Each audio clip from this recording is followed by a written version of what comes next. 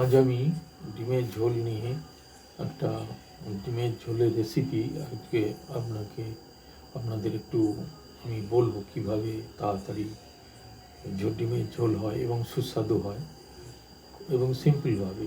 বেশি কিছু মশলা, যারা বেশি মশলা টশলা খান না তাদের জন্য আমি আজকে একটা ডিমের ঝোল দিলাম। আপনারা ভালো করে শুনুন। বর্তমানে আমরা সবাই ব্যস্ত থাকি, কারণ ইন্টারনেটের যুগ।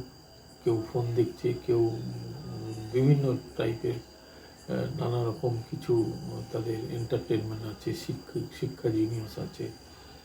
সেই জন্য কিছু কিন্তু তাড়াতাড়ি কিছু রান্নার প্রয়োজন হয়। তার মধ্যে ডিমের ঝোল একটি ভালো তরকারি।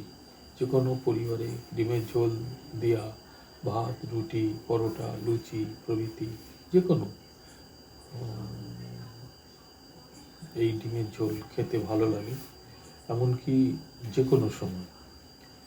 এইবার কিভাবে ডিমের ঝোল বানাতে হবে সে বিষয়ে আমি আলোচনা করতে থাকলাম। আমরা ধ্যান সে করুন। ধরুন আপনি 6টি ডিম নিলেন।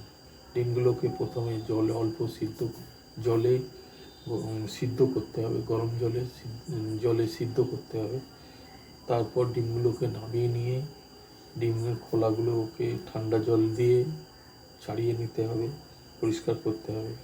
তারপর প্রতিটি ডিমকে আপনি ছুরি দিয়ে এরকম লম্বা করে 3-4 দিক একটু চেলা করে দেবেন, বা একটু ফাঁকা করে দেবেন, তা যাতে ওই কোনো মশলা টশলা ওই ডিমের ভেতরে যায়, আরও সুস্বাদু। তারপর কড়ায় সর্ষের তেল দেবেন পরিমাণ মতো, দিয়ে ছাঁকা তেলে ডিমগুলোকে বেশ কষে সময় ধরিয়া কড়া করে ভাজবেন। যত ভাজবেন ডিমের টেস্ট তত ভালো লাগবে। দেখবেন চুপচে সরু হয়ে যাবে। চেপে ভাজবেন কড়া তুলে, তাহলে তত সুস্বাদু হবে। তারপর ডিমগুলোকে নামিয়ে আলাদা রাখবেন। এরপর কড়াতে আবার পরিমাণ মতো সর্ষের তেল দেবেন, দিয়ে গরম করবেন। করে এর সাথে শুকনো লঙ্কা, দু তিনটে গোটা জিরে, ছোটো এলাচ, অল্প দারুচিনি এবং লবঙ্গ ও পেঁয়াজ কুচো দিয়ে ভালো করে ভাজবেন। লাল হয়ে যাবে, ভালো করে ভাজবেন, নাড়িয়ে ভাজবেন। তারপর পরিমাণ মতো জল দেবেন, দিয়ে লঙ্কা গুঁড়ো, হলুদ গুঁড়ো, জিরে গুঁড়ো দিয়া ঝোলটাকে বেশ কষে ফোটাবেন। 2-3টে ফুটবে। তারপর ওই ফোটার সময় ওই ডিমগুলো ওই ঝোলের মধ্যে ছেড়ে দেবেন। তা বেশ কিছুক্ষণ রাখার পর দেখবেন ঝোলটা বেশ একটু গাঢ় মতো হয়েছে, লাল হয়েছে।